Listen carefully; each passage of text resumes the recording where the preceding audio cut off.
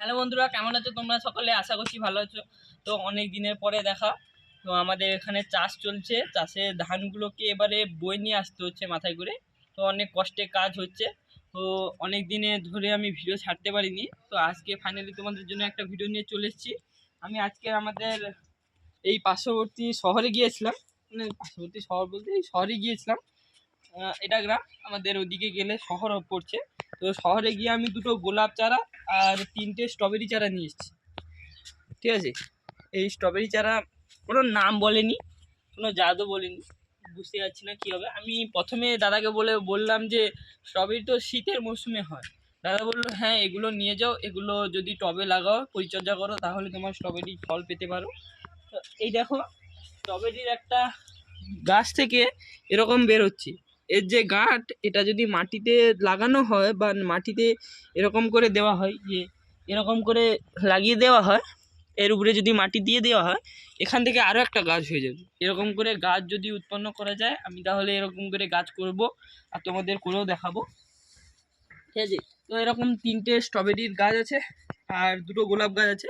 তো গোলাপের কালারগুলো দেখো, খুব ভালো লেগেছে। আর এটা অনেক দিন ধরে ফুটে ছিল, তো তাই একটু রঙটা চটে গেছে, তবু একটু কালো হয়ে গেছে। আর এই এটা দেখো, এটা লাল আর এটা কিরম বাদামি টাইপের একটু। ঠিক আছে, এই দুটো গোলাপ চারা আমি এনেছি। আর কিছু তোমাদের গাছ দেখাবো আমরা। এই যে পরে চাষটা হবে গ্রীষ্মের, তো ওই চাষের কিছু বীজ ধান এনেছি, ওই বীজ ধানগুলো তোমাদের দেখাবো। তো ভিডিওটা কন্টিনিউ করতে থাকো তোমরা। তো বন্ধুরা, এখন শীতের মৌসুম, তো শীতের মরশুমে বেশি ফুল চাষ করা হয়। তো আমি কিছু গাঁদার গাছ নিয়ে এসেছি। দেখো, এরকম বড় থবগা হয়ে ফুটবে, এরকম বড় বড় থাবা থাবা হয়ে বড় ফুল ফুটবে অনেকগুলো। একটা গাছে 4-5টা করে ফুল ফুটবে। তো এরকম অনেকগুলো গাছ আছে, ওখানেও একটা আছে। তো আরও গাছ নিয়ে আসবো। চিনার গাঁদা বলে ওটা, লাল রঙের, লাল একটু লাল টাইপের হয়। তো ওই দিকে আছে দেখো চন্দ্রমল্লিকা, ওটা হলুদ চন্দ্রমল্লিকা। আরও একটা আছে, ওটা হাই সেখানে, এটা সাদা, ওটা হলুদ, আর একটা লাল আছে।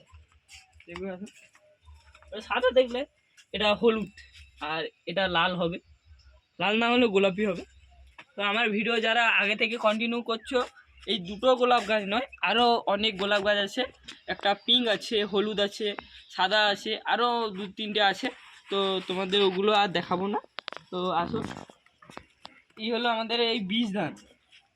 ঠিক আছে, তো এটাকে জলে ভেজাতে হয় বীজ ধানগুলো। দেখো, এই ধানগুলো খুব উন্নত মানের ধান।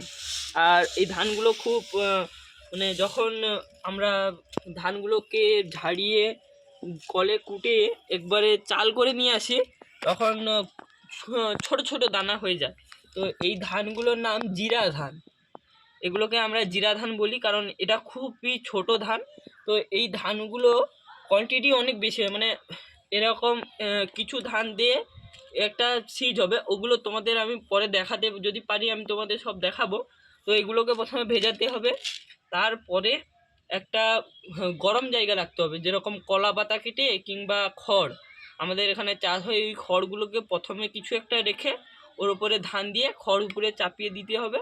আর উপরে কিছু একটা বস্তা চাপিয়ে দিলে গরম হবে। আর গরম হলে এখান থেকে বীজ বের হবে। এটা দেখাচ্ছি না,